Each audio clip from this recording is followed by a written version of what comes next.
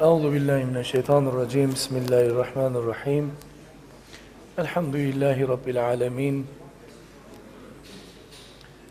والعاقبة للمتقين ولا عدوان إلا على الظالمين والصلاة والسلام على رسولنا محمد وعلى آله وصحبه أجمعين ومن تبعه بإحسان إلى يوم الدين. سبحانك لا علم لنا إلا ما علمتنا إنك أنت العليم الحكيم. سبحانك لا فهم لنا إلا ما فهمتنا إنك أنت الجواد الكريم. رب اشرح لي صدري ويسر لي أمري واحلل عقدة من لساني يفقه قولي وأفوض أمري إلى الله إن الله بصير بالعباد. اللهم صل صلاة كاملة وسلم سلاما تاما على سيدنا محمد الذي تنحل به العقد وتنفرج به الكرب وتقضى به الحوائج وتنال به الرغائب وحسن الخواتم ويستسقى الغمام بوجهه الكريم وعلى آله وصحبه في كل لمحة ونفس بعدد كل معلوم لك. اللهم إنا نسألك علما نافعا وقلبا خاشعا ولسانا ذاكرا وشاكرا وتوبة نصوحا. اللهم إنا نسألك موجبات رحمتك. اللهم إنا نعوذ بك من علم لا ينفع وقلب لا يخشع ودعاء لا يسمع وعمل لا يرفع ونفس لا تشبع. رب يسر ولا تعسر. رب تمم بالخير. رب زدني علما وفهما وألحقنا بالصالحين.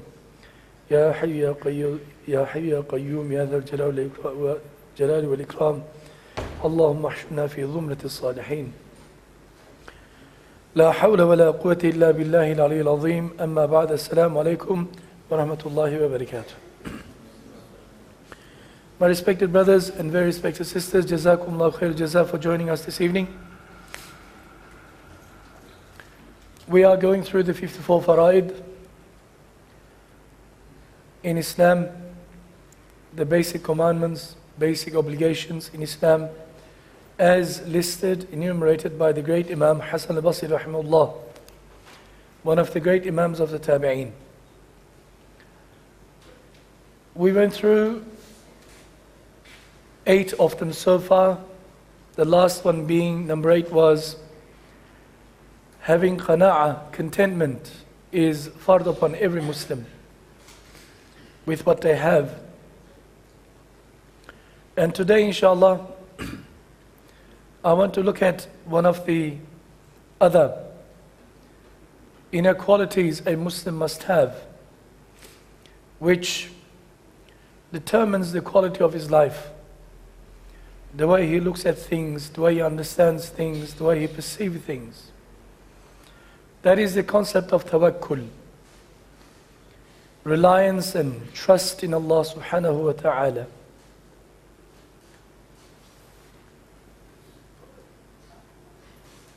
To put one's absolute trust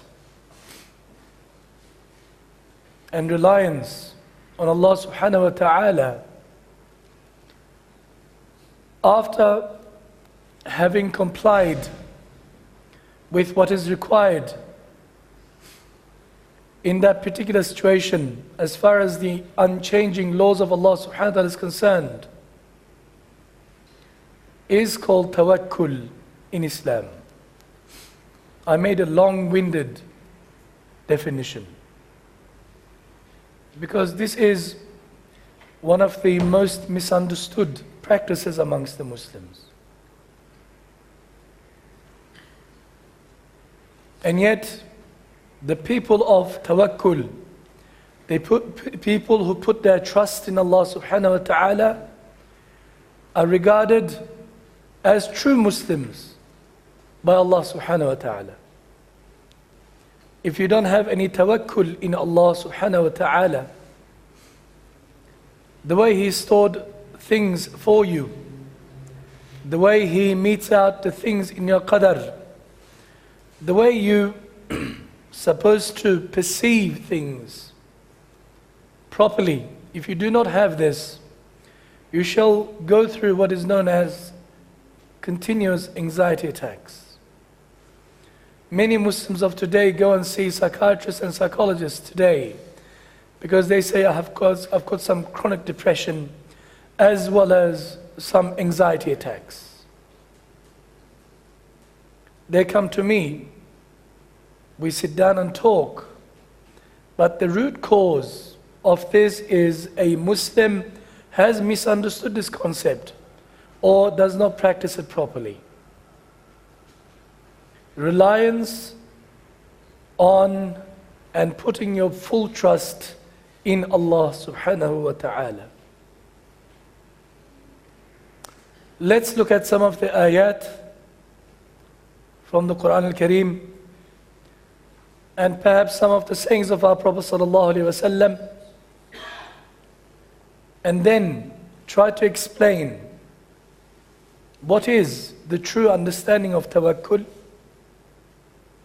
and perhaps take the concept a little bit further. How did the true Muslims understood this concept? How did the Anbiya and Awliya of Allah subhanahu wa ta'ala understood this? And what we should aspire towards. But firstly, let's go through some of the ayat in the Qur'an. Again, one font is missing. That little infinity symbol supposed to mean Bismillahir Rahmanir Rahim. Allah subhanahu wa ta'ala says as part of Surah Al-Ma'idah, verse 23, Bismillahir Rahmanir Rahim, وَعَلَى اللَّهِ فَتَوَكَّلُوا إِن كُنتُم مُؤْمِنِينَ. And on Allah should you rely. Put your trust in Allah subhanahu wa ta'ala if you call yourselves believers. A condition of Iman, condition of being a Muslim, is that we must put our trust in Allah subhanahu wa ta'ala. But I want to understand, how do we put the trust in Allah subhanahu wa ta'ala? What does that mean? That's the whole purpose of this talk today. Elsewhere in the Quran, Surah Ali Imran, verse 122, Bismillahir Rahmanir Rahim, as part of the ayah again, at the end. Bismillah, وَعَلَى اللَّهِ فَلْيَتَوَكَّلِ الْمُؤْمِنُونَ. And in Allah should the believers trust. Allah subhanahu wa ta'ala is saying that we should put our trust in Allah subhanahu wa ta'ala. What does that mean? How does one put one's trust in Allah subhanahu wa ta'ala? Elsewhere in the Quran, in Surah Al-Imran 160, Allah subhanahu wa ta'ala says, as part of the longer ayah, Bismillahir Rahmanir Rahim, إِن يَنصُرُكُمُ اللَّهُ فَلَا غَالِبَ لَكُمْ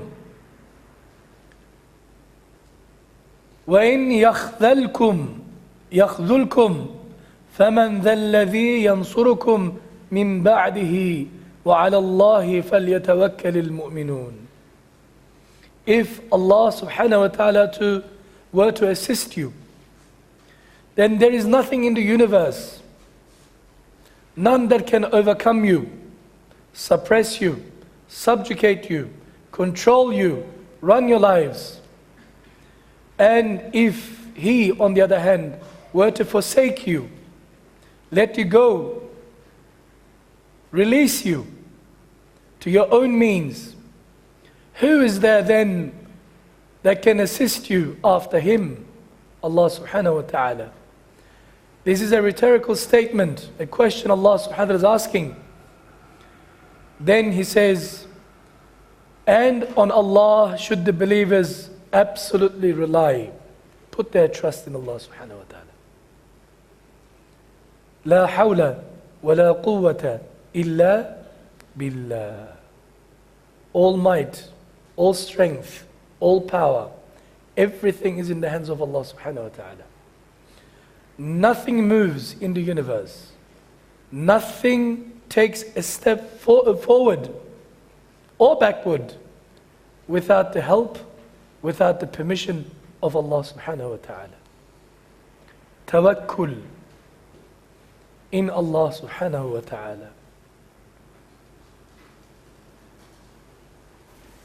As part of Surah Al-Talaq, part of verse 2, and all of, I think, verse 3, Allah subhanahu wa ta'ala says, Bismillah, وَمَنْ يَتَّقِ اللَّهَ يَجْعَلْ لَهُ مَخْرَجًا وَيَرْزُقْهُ مِنْ حَيْثُ لَا يَحْتَسِبُ وَمَنْ يَتَوَكَّلْ عَلَى اللَّهِ فَهُوَ حَسْبُهُ إِنَّ اللَّهَ بَالِغٌ أَمْرِهِ قَدْ جَعَلَ اللَّهُ لِكُلِّ شَيْءٍ قَدْرًا صدق الله العظيم. And whoever is careful in his duty, in his Islamic practice, in the direction of his heart and mental state, and his devotion is in ita'ah, in taqwa to Allah subhanahu wa ta'ala, Allah will make for him an outlet and give him rizq, sustenance, from whence he thinks not. And whoever trusts in Allah subhanahu wa ta'ala, indeed Allah is sufficient for him. Surely Allah attains his purpose. Allah indeed has appointed a measure for everything. Everything is controlled by the qadr of Allah subhanahu wa ta'ala. Nobody could ever go outside this taqdeer of Allah subhanahu wa ta'ala. Nothing happens without a purpose. Everything has a wisdom. Everything is a hikmah. Everything has a purpose in life. Allah created everything in that manner. In the time, in this linear existence of ours, time and space continuum, when Allah subhanahu wa ta'ala's qadr comes to effect, which we call qada, nothing can stop it, nothing can change it. We are part of that process with certain limitations, where we make choices, but by and large, over 95% is all doing of Allah subhanahu wa ta'ala. Another 10% Allah allows us to do, but He creates our actions, our deeds, our intentions within our hearts. Again, Allah subhanahu wa ta'ala is referring to His Nabi sallallahu alayhi wa sallam in the Qur'an. فَإِذَا عَزَمْتَ فَتَوَكَّلْ عَلَى اللَّهِ إِنَّ اللَّهَ يُحِبُّ الْمُتَوَكِّلِينَ. And when you have decided, Ya Muhammad sallallahu alayhi wa sallam, be steadfast, put your trust in Allah subhanahu wa ta'ala. Keep going. Don't change your mind. Don't be wishy-washy. Once you have decided for the sake of Allah subhanahu wa ta'ala, surely Allah loves those who trust Allah subhanahu wa ta'ala, who put their trust in Allah subhanahu wa ta'ala. Al-mutawakkilun, or al-mutawakkilin in this regard. So what is this tawakkul? Reliance on Allah subhanahu wa ta'ala after fulfilling the conditions, the laws, the causes, the means, the asbab Allah subhanahu wa ta'ala has set for us. Reliance on Allah, making tawakkul in Allah, is a fard, obligation upon every Muslim. They saw a little bird lying down in the nest, in its nest. At night, every bird goes to sleep. How? Like every normal bird goes to sleep. They just put their heads down and nicely go to sleep. Bismillah, tawakkaltu ala Allah. No problem. But this bird was an unusual bird. This bird used to sleep with its feet up in the air, on its back. They used to ask him, neighbor, what are you doing? He says, I'm just being cautious. Just in case the heavens are going to fall while I'm asleep, I'm ready to hold it. This is the majority of the Muslims today. The people who misunderstand the concept of tawakkul. Tawakkul is doing your part first and leaving the consequence, results to Allah subhanahu wa ta'ala. Whatever the endeavor, whatever the project, whatever you do and whoever you are, Allah subhanahu wa ta'ala made you bound by certain laws, unchanging laws. Unchanging laws. One of His laws called gravity. Gravity pulls. Never in the history of mankind gravity pushes you up. That's a law. On earth, if you're moving, there is gravity. So if you jump from the plane, Bismillah, Tawakkaltu ala Allah, Yallah, what will happen to you? The gravity of Allah subhanahu wa ta'ala will catch you and will punish you. They'll find your pieces scattered around the earth. But tawakkul in the true sense of the word is when you put the parachute on and you make sure the harness is 100% trustworthy, certified that it can carry your weight, and you don't jump onto fire. If the place that you're going to jump is somewhere that is smooth, that is not going to hurt you, and with an instructor that with experience who tells you, now you have to jump, Bismillah, Tawakkaltu ala Allah. You got everything ready. You got your training. You got your harness. You got your parachute and the instructor. And you jump as part of your training. This, taking the means, resorting to the asbab, the causes, is the first step of tawakkul. If you're a student, never expect to pass a class or subject without going to school or attending every lecture and shoot and handing in all the required assessment, outcomes, your assignments, your SACs, your other assignments and projects. Once you do this day and night, put in the effort and study hard, comes the exam time and you put your best effort, plan for your exam and go through some rehearsals, exercise of that test before the exam time. Time yourself properly, get some extra tuition, get help, discipline yourself. Then when you sit in that exam, when somebody asks, how did you go? You say, Alhamdulillah, but Tawakkaltu ala Allah. I've done my best.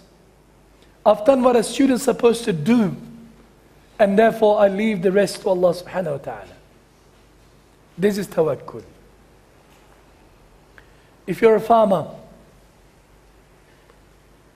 you need to have a land. You need to plow that land at a given certain time of the year. You need to put that seed into the soil. You need to water it at certain intervals, in certain quantities. You do everything proper. Give the fertilizer, all the necessary chemicals that the government asks you to put. Once it is done, you sit down in the corner and you say, Ya Rabbi, I've done my bit. Now I rely on you. This is called reliance. This is called tawakkul. No matter what you do in life, there are always governing laws of Allah subhanahu wa ta'ala that you should first fulfill, apply, then make tawakkul in Allah subhanahu wa ta'ala. Brother, what are you doing? I'm driving a car. You got a license? No. Police gonna catch you? Tawakkaltu ala Allah. That's stupidity. You got rocks in your head. You drunk? Na'udhu billah. Yeah, tawakkaltu ala Allah. It's against the law. If you get caught, A'udhu billah minash shaitanir rajim, bismillah, Allahu la ilaha illa huwal hayyul qayyum la ta'khudhuhu sinatun wa la. You got no license, no seat belt, and half drunk, The Ayat al-Kursi that you read is not going to help you. It's not going to help you. And you'll get the fine. It's your fault. Brother, I relied on Allah, but Allah never helped me. This is na'udhu billah, kufr. This is not reliance. You need to do you have to hold on to the asbab. Sabab, causes, means. And the move of those causes, the ones who brings effect to those causes as a result, is Allah subhanahu wa ta'ala, musabbib al-asbab. That we put our trust into. You do everything right and leave everything else to Allah subhanahu wa ta'ala.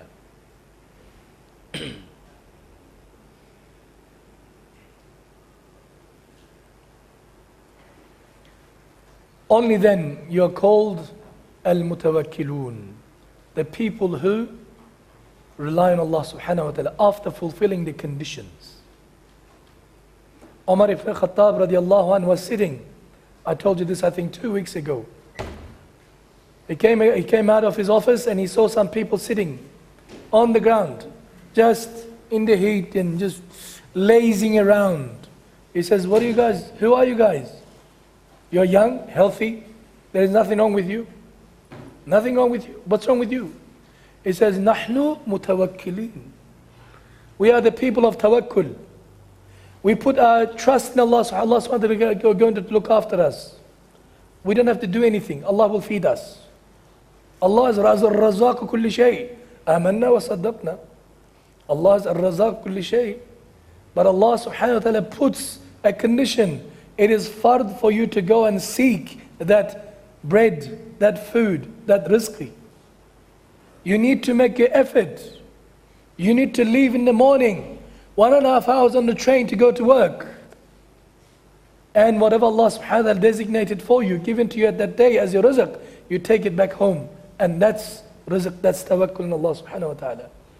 If you were to stay at home and just rely on what? Being a parasite on the community, and income from the system, and you're just lazy, absolute lazy, and you, when somebody asks, what's wrong with you? Tawakkaltu ala Allah. This is rubbish. Definitely not. You need to work hard first. You need to do your bit and leave the rest to Allah subhanahu wa ta'ala.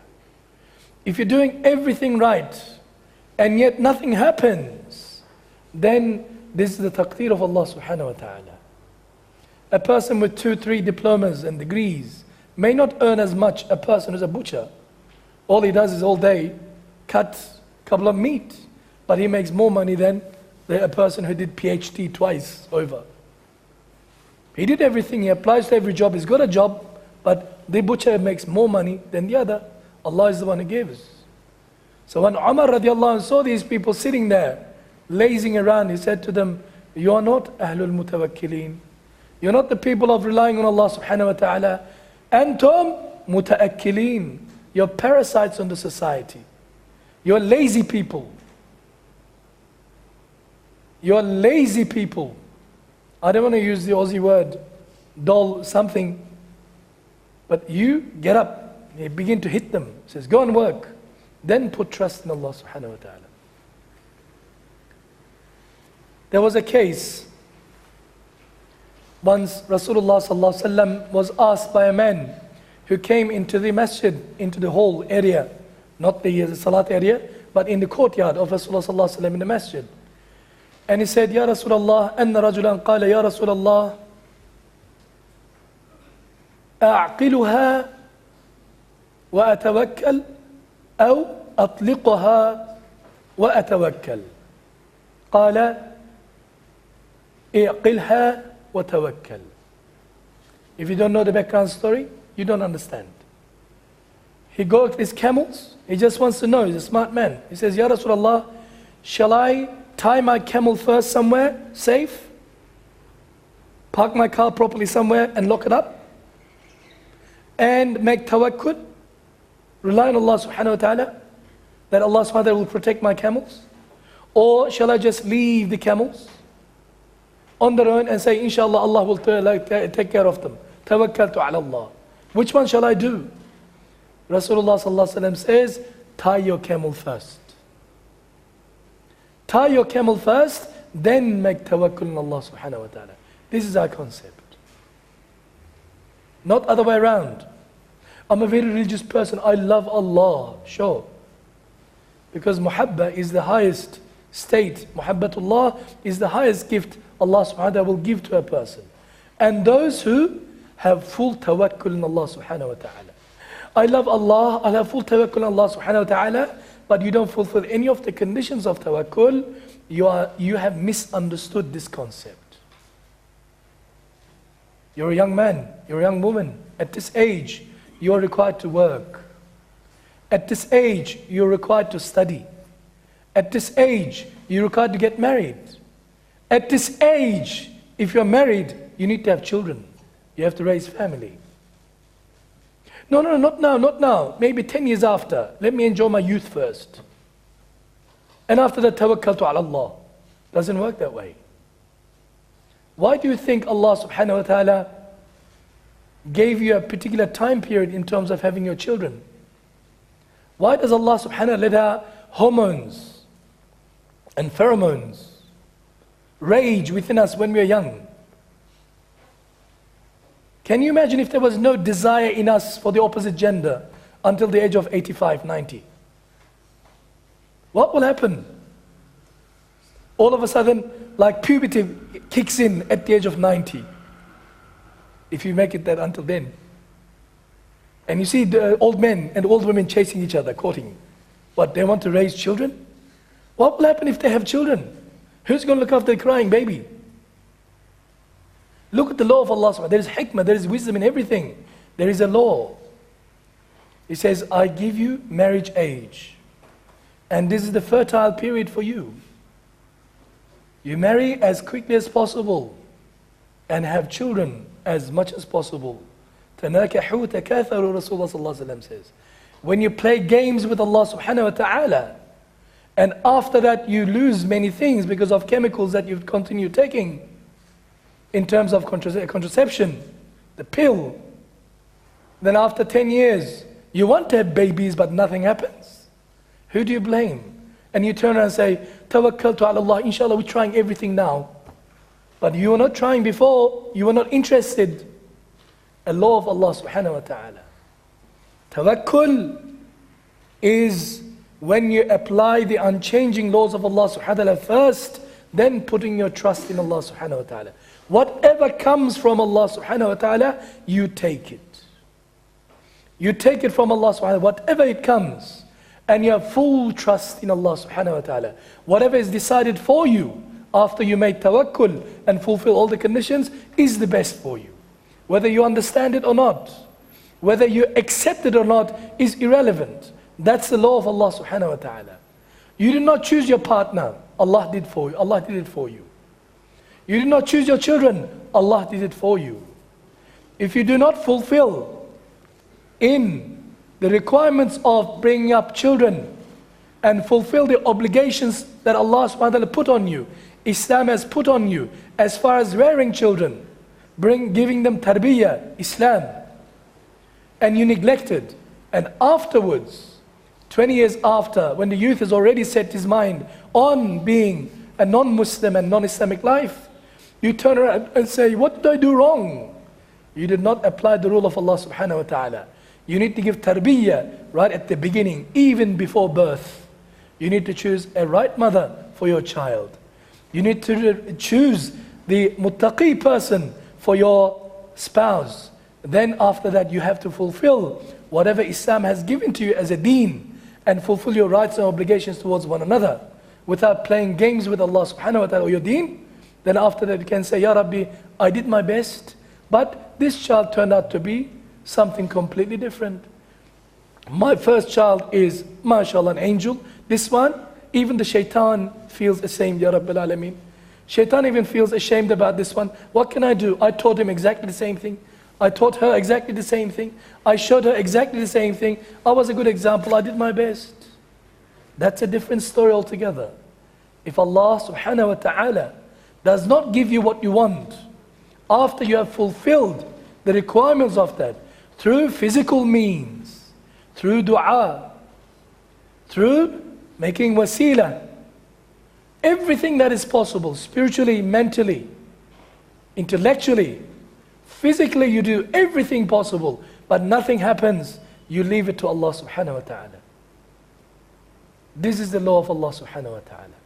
You need to knock on the asbab doors, the cause doors, the means doors. And once you knock, and if it opens, opens. If it doesn't open, Allah subhanahu wa ta'ala is the one who does not open it for you. Because we're all bound by the taqdeer and the qadr of Allah subhanahu wa ta'ala. Many of the people do not understand this concept. If we truly relied on Allah subhanahu wa ta'ala, like the animals did, like the birds did, like the insects did, our rizq will come to us without we even seeking, in the true sense of the word. Is it possible that Allah subhanahu wa ta'ala will open our mouth and put the food inside our mouth? Yes, it is possible, if Allah wants it. But Allah subhanahu wa ta'ala will never do this. This is against hikmah, against wisdom. Allah subhanahu wa ta'ala has asbab, causes.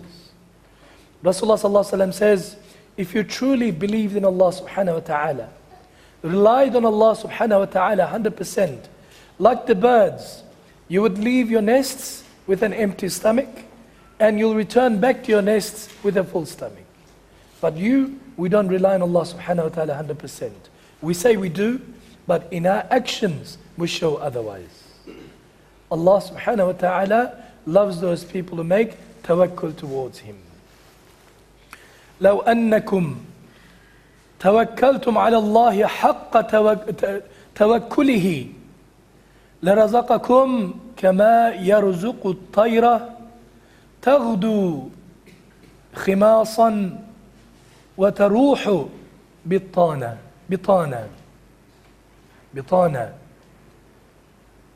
Were you to rely on Allah subhanahu wa ta'ala as He rightly should be relied on, He would provide your rizq for you as He provides for the birds which go off hungry in the morning and return full in the evening. Allah never forgets anybody's rizq. Never will. Na'udhu billah.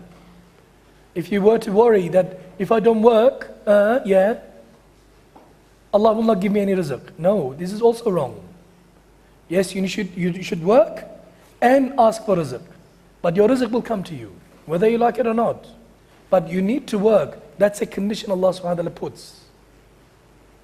If you go to a mahsan, a cellar, you would find a nest of a spider, Bayt Ankabut, in the dark, damp place. The spider is a blind creature, can't see anything. And yet, there is not a single spider worries about his rizq, his sustenance, because it has true the tawakkul in Allah subhanahu wa ta'ala. There are certain leaves of certain trees which are over almost 300 meters high from the ground. The water that comes from the soil, the nourishment that comes from the soil goes all the way to particular leaves. There are birds who nest there. Allah subhanahu wa ta'ala doesn't forget anybody. A dood, a worm who lives in the rock, under the rock, constantly makes dhikr of Allah subhanahu wa ta'ala, makes tawakkul in Allah subhanahu wa ta'ala. The eagle that flies in the soars in the heavens finds his rizq according to and most suitable to his particular design. Nothing less, nothing more. None of them ever complain. One of the awliyaullah, one of the great servants of Allah subhanahu wa ta'ala, Allah gave him the ability to hear the dhikr and tasbihat of everything. And he asked Allah subhanahu wa ta'ala, he wants to hear the tasbih of particular falcon. He says, when I heard it first time, I fainted. I could not handle this. It was so amazing dhikr of Allah subhanahu wa ta'ala. Any of the creation of Allah subhanahu wa ta'ala other than jinn and mankind, they show full tawakkul in Allah subhanahu wa ta'ala. There are billions and billions of species of animals. None of them die of hunger. None of them ever complain to Allah subhanahu wa ta'ala about their lack of sustenance and rizq, because they trust in Allah subhanahu wa ta'ala, pure and simple. The moment their tasbihat is finished, their life comes to an end. But human being is the worry pot. He thinks that he's in control of his own destiny. Therefore, sometimes he makes lots of mistakes. And one of the mistakes is this: what's going to happen to me? What's going to happen to me? Is there somebody looking at this? So somebody's going to hurt me. Somebody's going to sack me. Somebody's going to do this to me. Somebody's going to do this to me. No, but nothing can do anything to anybody without the permission of Allah subhanahu wa ta'ala. When a Muslim leaves his home with his left foot right at the front, when he comes out of his house and he says, Bismillah, Tawakkaltu ala Allah, La hawla wa la quwwata illa billah. What does that mean? In the name of Allah, I put my full trust in Allah subhanahu wa ta'ala to take care of my needs and cares for the day. There is no strength or power except that comes from Allah subhanahu wa ta'ala. Bismillah alladhi la yadurru ma'asmihi shay'un fil ardi wa la fis sama wa huwa as-sami'ul alim. When you mention the name of Allah subhanahu wa ta'ala, nothing in the universe could ever harm a Muslim, any being for that matter. Any being for that matter, if Allah doesn't want it. This is your trust in Allah subhanahu wa ta'ala. Yes, perhaps sometimes when we hear the stories of some of our mashayikh, some of our teachers, we might say this is not actually proper tawakkul in our understanding of the word. Maybe. But they have a different understanding. Inshallah, I'll give you some stories a few minutes later. There is another trust, which is perhaps the most important trust that you should show Allah subhanahu wa ta'ala. This is in the hadith of Prophet sallallahu alaihi wasallam. He says, قال النبي صلى الله عليه وسلم لا يموتن أحد منكم إلا وهو يحسن الظن بالله. If you are able to, none of you should die except having full good opinion of Allah subhanahu wa ta'ala in your heart. What does that mean? What does Allah subhanahu wa ta'ala says in the Qur'an about the people that He will not forgive? Who? Mushrikeen. The people who commit shirk to Allah subhanahu wa ta'ala. If you die with shirk, Allah subhanahu wa ta'ala does not forgive you. But anything other than that, Allah subhanahu wa ta'ala says He will forgive you if He wants to. He is Arhamur Rahimeen, Ghaffarul Dhunub, Sattarul Uyub. He is the one who covers the faults. He is the one who is most merciful. He is the most compassionate. He is the one who is most forgiving. This should be your dhan, your husnul dhan of Allah subhanahu wa ta'ala before you die. You say, yes, Ya Rabbil Alameen, I've done so many silly and stupid things in my life. I am so ashamed of. I know what they are and you know what they are too. I've got nothing to show for. But I have full belief, full iman and full yaqeen in you that I did not commit in shirk, any partners associated with you. Therefore I know that inshallah, I believe that you are most forgiving and you will forgive me. This is a tawakkul in Allah subhanahu wa ta'ala. In what? Tawakkul of Allah subhanahu wa ta'ala's rahmah and mercy in the hereafter. There is a story that happened during the time of Musa alayhi salam. Two persons died simultaneously. One on the end of the town and the other on the other end of the town. One was absolutely famous for his, what? His disobedience to Allah.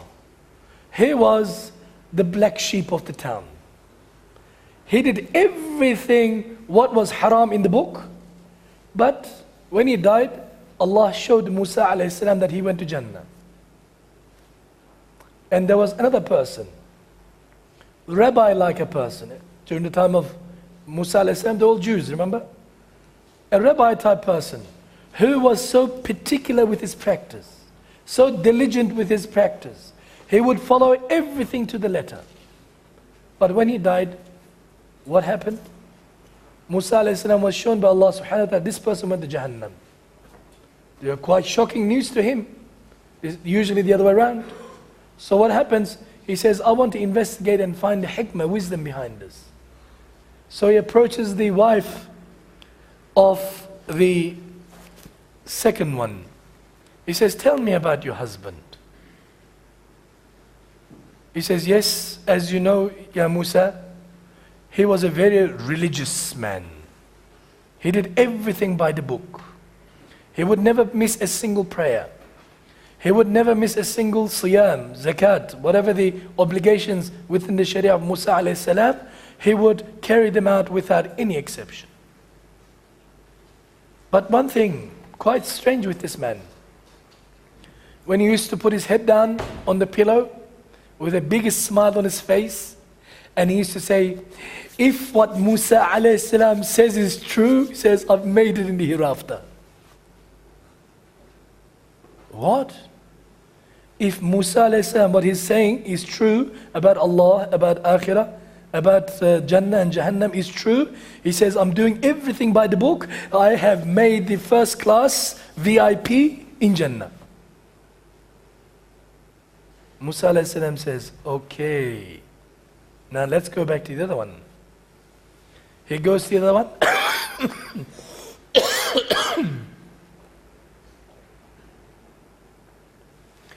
He goes to the other one, speaks to the wife.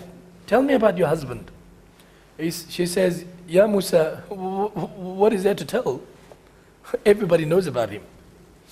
He's the drunkard. He's the gambler. He's the womanizer. He's the person who does everything possible under the sun, which is haram.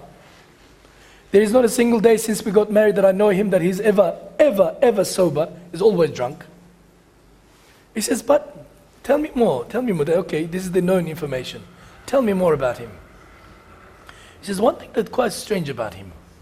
When he used to go to bed at night, the last thing he would say, put his head on his neck, just lie down on the pillow and say, Ashhadu an la ilaha illallah wa ashhadu anna Musa Rasulullah. And I believe everything that Musa alayhi salam has sent, they brought to us. I believe everything that Allah subhanahu wa ta'ala sent to us. It is haqq and truth, although I'm not a very good practicing person. He says he would say this every night of his life. Musa alayhi salam says, subhanallah. Now this is a clear case. One, doing the things by the book, but not relying on Allah subhanahu wa ta'ala, having the full belief in Allah subhanahu wa ta'ala.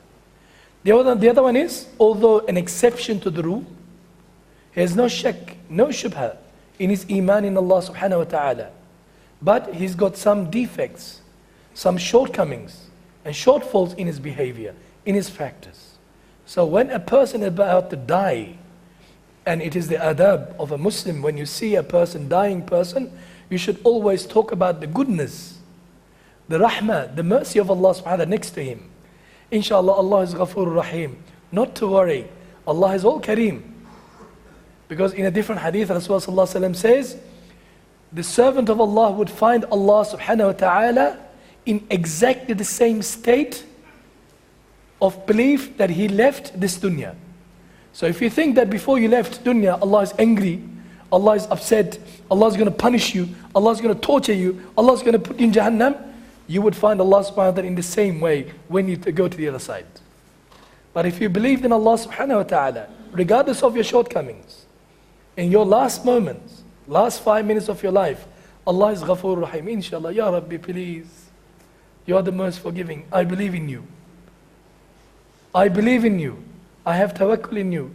I should put my trust in your wa'ad, in your promise that you are Ghafoor Rahim and you will always forgive as long as we did not commit shirk. Ya Rabbi, this is my belief of you, my dhann of you. In the Rasulullah says, this is a tawakkul also, a form of tawakkul a Muslim must have. A Muslim must have.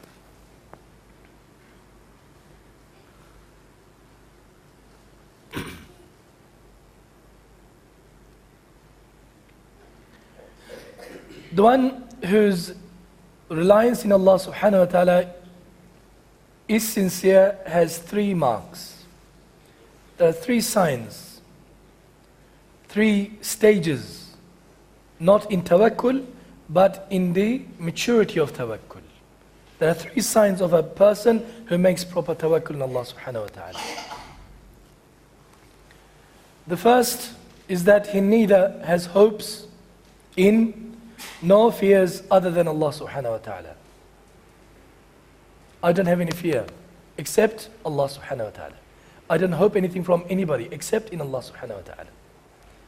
Rasulullah sallallahu alaihi wasallam was coming from a particular sariyah, a war, battle with his companions, and he had a break. Everybody's lying down under some tree, having a rest. Rasulullah sallallahu alaihi wasallam put his sword, hang his sword on the tree.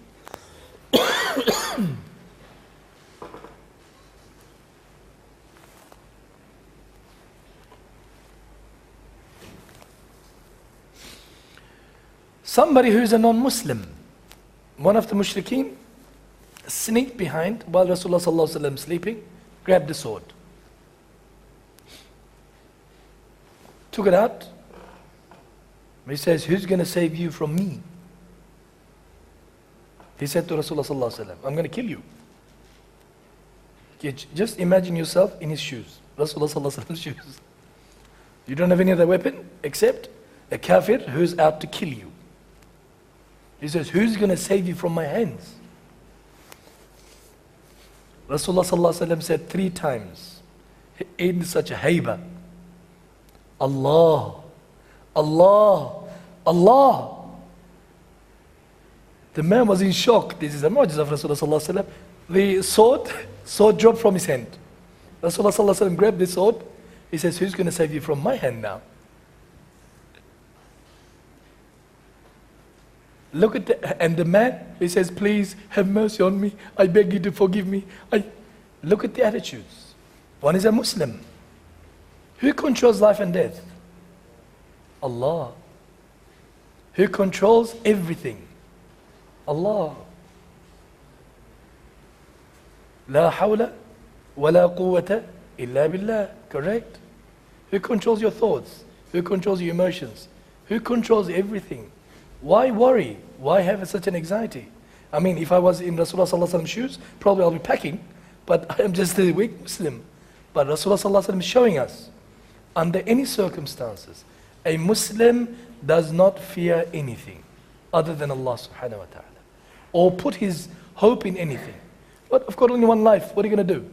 Kill me? Okay. If I die, I become a shaheed. If I live, alhamdulillah.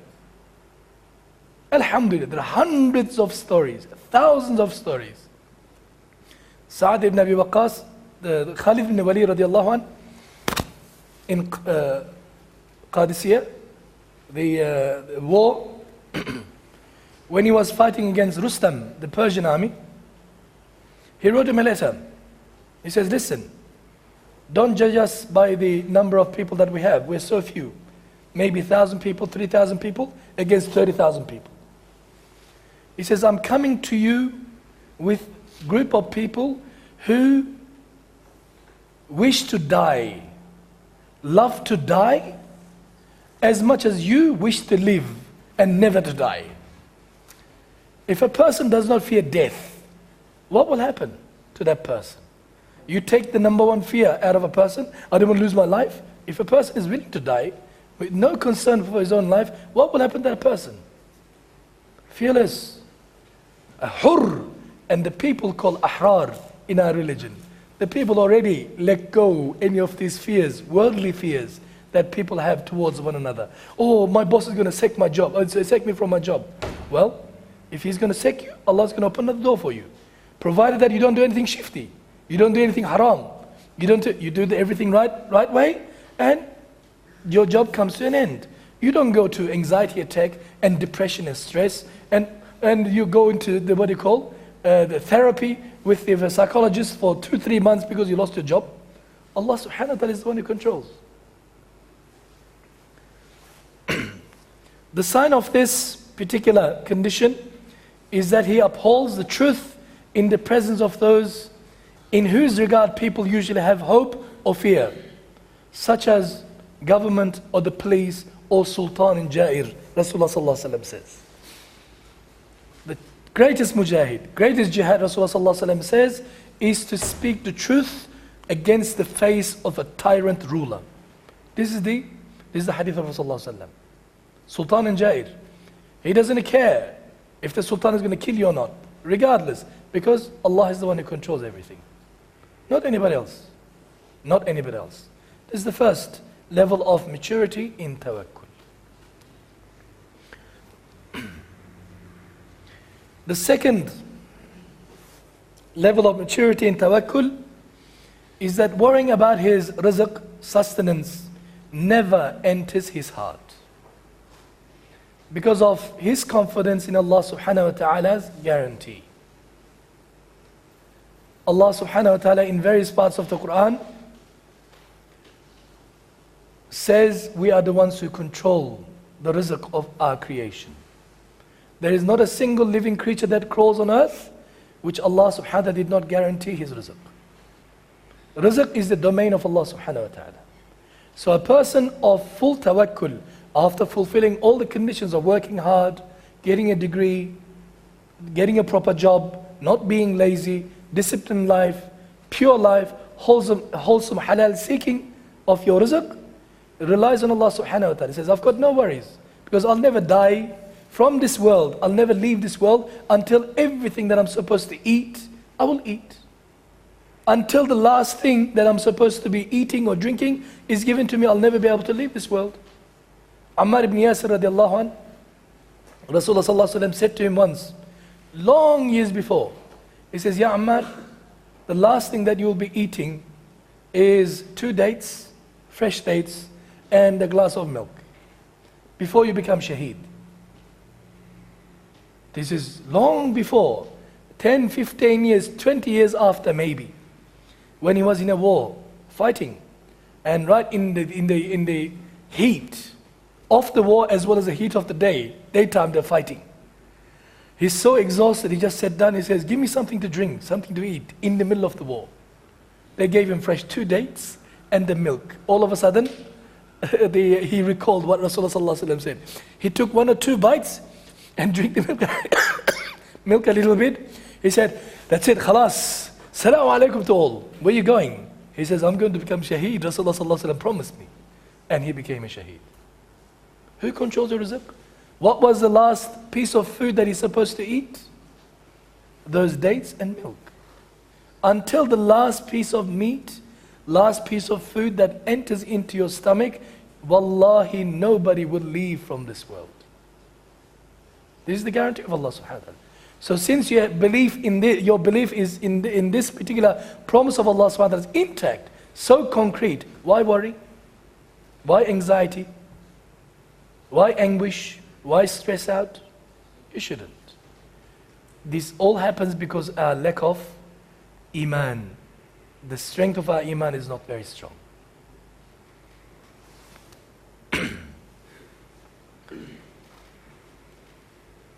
When he believes in Allah subhanahu wa ta'ala's guarantee, his heart becomes tranquil, peaceful. When in need, as when his need has been fulfilled, or even more. It's all from Allah subhanahu wa ta'ala. And thirdly,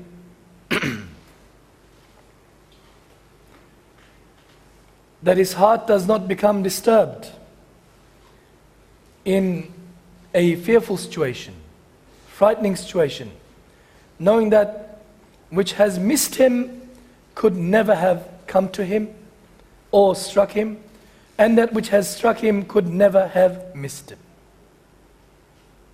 Oh, I wish if I did this, I was going to pass my exam. If I didn't do this, the car couldn't have had an accident and nobody would die. Therefore, blame yourself. No. What had happened, happened. Abu Darda radiallahu anh, one of my favorite companions of the Prophet sallallahu alaihi wasallam. I love him so much. He was in Mecca. After one particular Hajj, he said he wants to go to Syria. He wants to go to see other people, other Muslims. They said, don't pass through this particular valley. take this road, but not this one. He says, why? Because he says there is a jinn, an old jinn, who lives there. This is in the hadith of Prophet ﷺ. We can find this in the hadith of Sahaba. I'm not making this up. He says, don't go there because anybody who passes through there never comes back. We never see them on the other side. In other words, that jinn kills them, murders that person. He says, really? I mean, if we were in his situation, we say, astaghfirullah, that's tahluka, that's danger, we should never take this one. But this is a companion, this is Abu Darda we're talking about, not anybody else. Different level altogether. He's at the third level. He's at the third level. How? He starts going, he's walking. Walk. Then eventually it comes to that particular area where the jinn is residing. Jinns are jinns.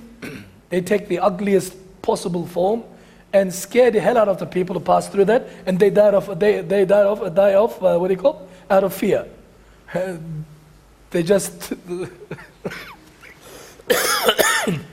faint and die. So Abu Darda just going around, probably making dhikr, his heart is alive. And this jinn, he says, oh, I got another one. He comes in front of Abu Darda with the scariest form possible. Oh. Abu Darda doesn't even look at him. Can you imagine the shock of the jinn? Jinn is looking at him. Maybe he's deaf. Maybe something wrong with him. He says, maybe he didn't see me. He changes form again to something more ugly and more scary. Goes in front of him and says, oh, with a big sound. Abu Darda doesn't even move, what he call a blink of an eye.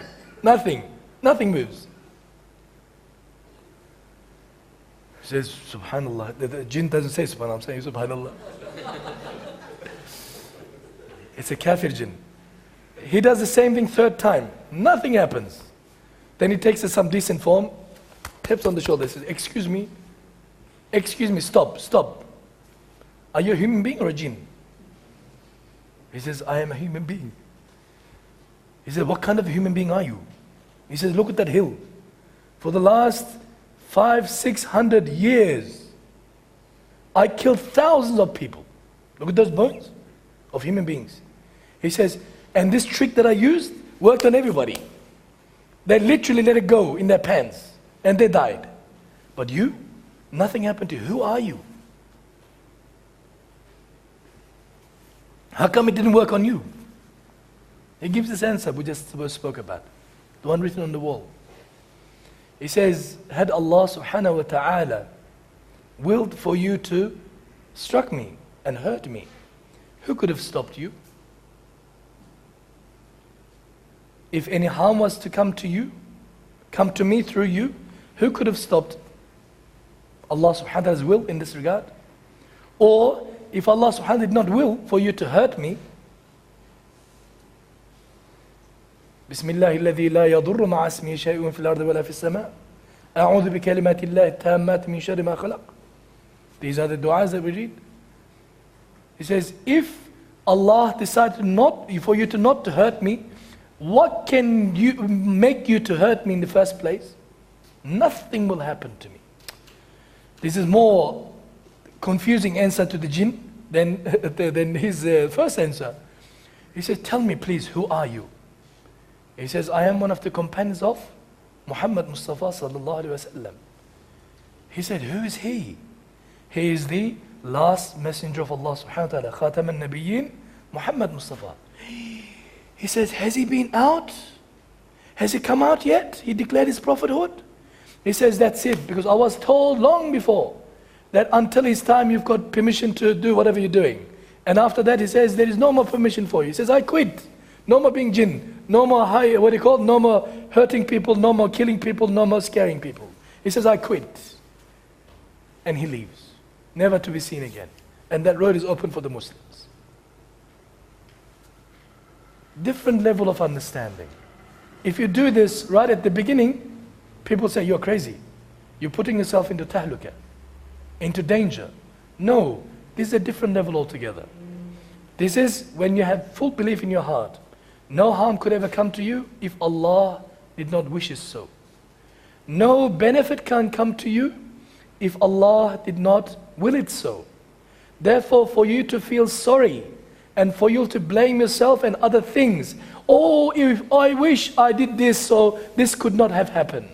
Oh, I wish that this could not have, if I did this, I would have prevented this. No, it's all rubbish. What has happened, has happened. What will happen is going to happen. As long as you fulfill the conditions first, you do the right things first. Beautiful. In Tachura, in Shepperton, I met one family. I never forget that moment. The only son in the family, 18 years old. They work in a farm, tomato farm. They're collecting tomatoes. They're making some money. Mother, father, and the son. Beautiful child. I know the child. Muttaqi. Prays 5 times a day. Noor on his face. 18 years old. It was Jum'ah. The parents are all ready to go to Jum'ah. They have their wudu.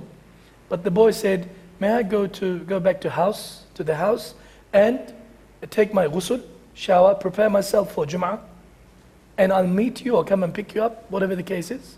They said, okay, no problem. He goes home, make ghusl, puts on his beautiful white clothes on. He wants to come to Jum'ah.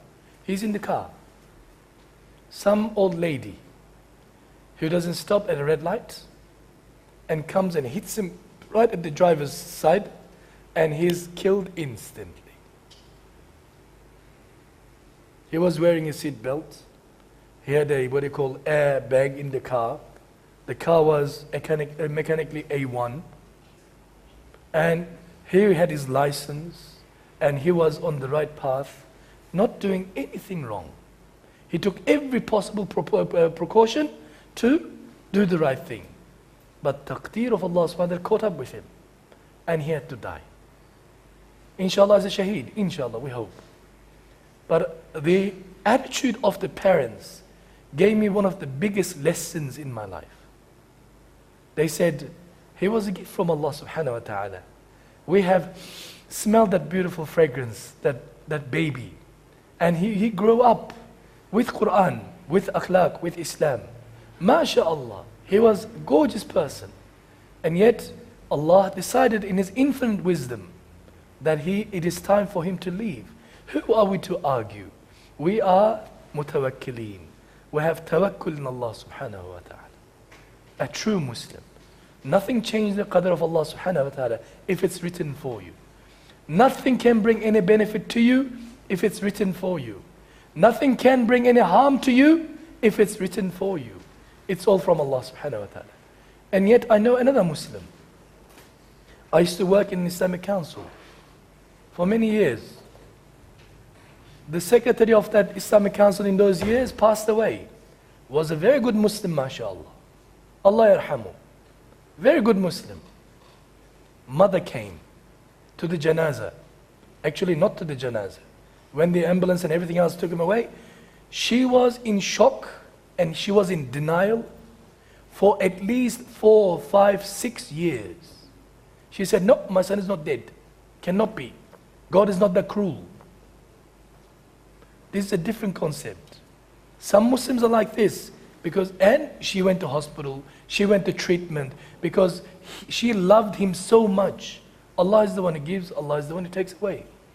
Look at the differences between a person of tawakkul and the person of non-tawakkul of Allah subhanahu wa ta'ala. Does it change the law of Allah subhanahu wa ta'ala? Doesn't. Did anything in the taqdeer of Allah subhanahu wa ta'ala change? Nothing. Who will be punished for not believing properly? This one.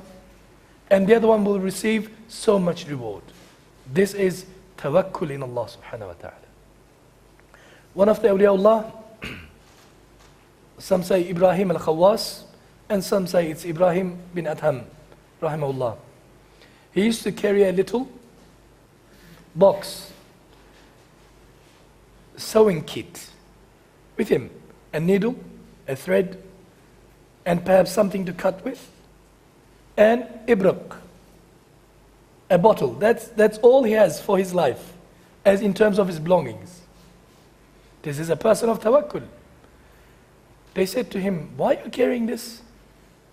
He says, ibraq is necessary to make wudu, a necessary tool. And he says, needle and thread is also necessary because I don't have any other clothing. I have only one piece of clothing to cover my aura. Sometimes, because we sit on the floor, we sleep on the floor, it gets older, torn out, worn out. He says, I use this to mend my clothing.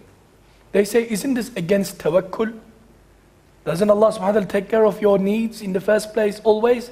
He says, no, this is tawakkul. Tawakkul is when you carry the needle. This doesn't affect the concept of tawakkul at all. Whatever is going to come to you is going to come to you in the first place. But your duty is to carry that needle with you. My younger brothers and sisters in particular, do not blame anybody if you do not fulfill the conditions, asbab of any given project. If you fail in your class, you failed because it's you. Don't blame your parents. Don't blame your teachers. Don't blame your school. You need to work hard first. Do your homework, discipline yourself, and sit for the test, prepare for the test, and after that leave it to Allah subhanahu wa ta'ala. Don't come around and say, brother, is there a special dua? They ask me constantly, send me. One of the most common SMSs and MMSs as well as the emails I get before the exam time.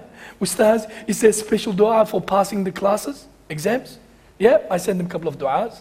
But right at the end, I say to them, more than this dua, you should have studied in the first place. You should have worked hard first place. Because one is fi'li dua. Dua with bilhal. Dua with your non-verbal. You do the whatever's necessary condition of that particular requirement. Then the second one is a qawli dua. Qawli dua is okay, but you need to do the fi'li dua first. This is a must. Everybody, you fulfill the requirements of Allah subhanahu wa ta'ala, everything, then if nothing happens, you say this is from Allah subhanahu wa ta'ala. Whatever comes from Allah. Whatever does not come also comes from Allah subhanahu wa ta'ala. Khayrihi wa sharrihi min Allahi ta'ala. We believe in the qadar. This is our belief as far as tawakkul is concerned.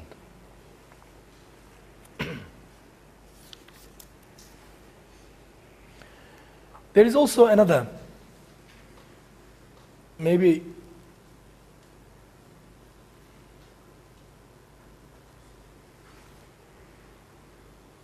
wrong spelling. The last one is supposed to be dad, the last letter of that slide. There are, they say, 3 levels of tawakkul. Like somebody was asking us, what is wara' on Tuesday? Taqwa is taqwa, but there is a higher form called wara'. Taqwa is when you avoid all the harams, clear harams. But wara' is you even avoid the most suspicious things. You're overcautious. If there is any doubt in anything, you just leave it. Although people say halal, but you say, I'm not really very happy with this. My heart is not very happy with this. This is called wara'. This is a good quality of a Muslim. Ulama explain that our reliance on Allah subhanahu wa ta'ala is of 3 types. The minimum accepted level is tawakkul, like every Muslim should have. Reliance on Allah subhanahu wa ta'ala, that we all have been talking about for the last an hour or so. That we must trust in Allah subhanahu wa ta'ala. The second one is called the taslim level. Taslim, they say, this is the maqam of Ibrahim alayhi salam. When Nimrod chucked him into the fire with that sling, he was in the air, mid-air. Jibreel alayhi salam came and said, do you want me to save you? He says, no. I have full trust in Allah subhanahu wa ta'ala.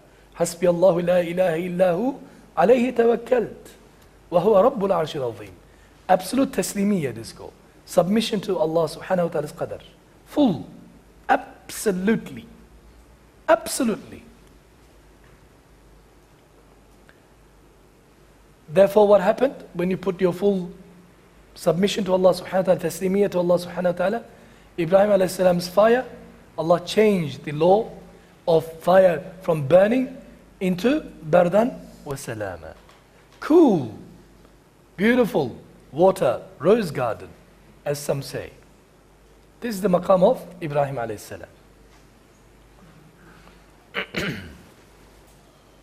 The third level, they say, is the maqam of Nabi Muhammad Mustafa sallallahu alayhi wasallam.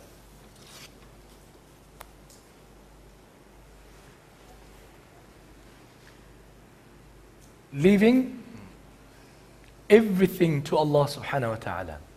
Never and ever to complain, never to question the hikmah of Allah subhanahu wa ta'ala. Whatever comes from Him, it's all from Him. Whatever withheld from you, also from Him.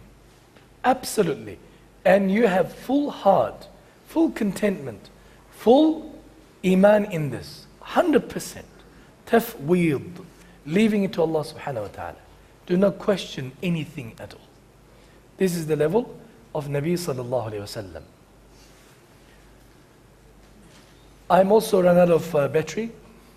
My batteries are depleted. Please forgive me, and perhaps it's good for you. It's 9 o'clock. If you have any questions, or I have missed anything out, or you want to compliment, you want to suggest more things, ahlan wa sahlan. But this is in a nutshell, tawakkul. Tawakkul is one of the fard that a Muslim must inculcate, must develop in his heart. And the tawakkul is not just being lazy and just relying on Allah subhanahu wa ta'ala for everything. In the literal sense of the word, you must first fulfill your part and leave it to Allah subhanahu wa ta'ala. This is called tawakkul. Okay?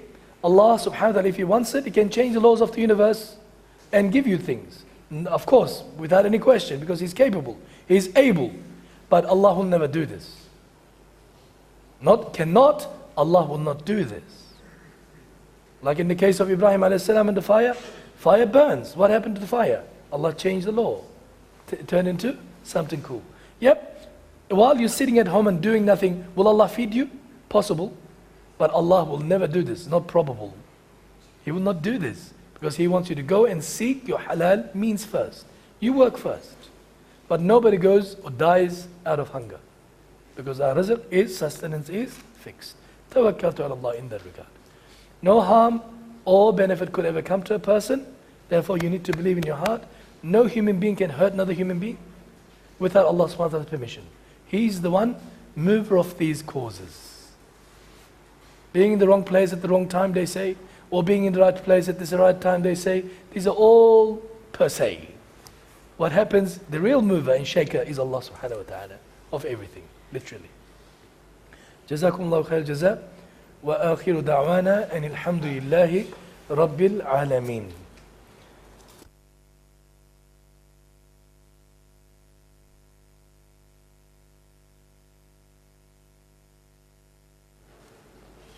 Any questions? Because I forgot my mobile with me. I don't know what SMS came through the internet. Jazakumullah khair jaza for your time and for your effort, and especially with the families who are watching over the net, inshallah ta'ala. Jazakumullah khair jaza. Subhan rabbika rabbil izzati amma yasifun, wa salamun ala al-mursaleen, walhamdulillahi rabbil alameen, wa akhiru da'wana and alhamdulillahi rabbil alameen. Subhanaka Allahumma wa bihamdik. نشهد أن لا إله إلا أنت وحدك لا شريك لك نستغفرك ونتوب إليك بسم الله الرحمن الرحيم والعصر إن الإنسان لفي خسر إلا الذين آمنوا وعملوا الصالحات وتواصوا بالحق وتواصوا بالصبر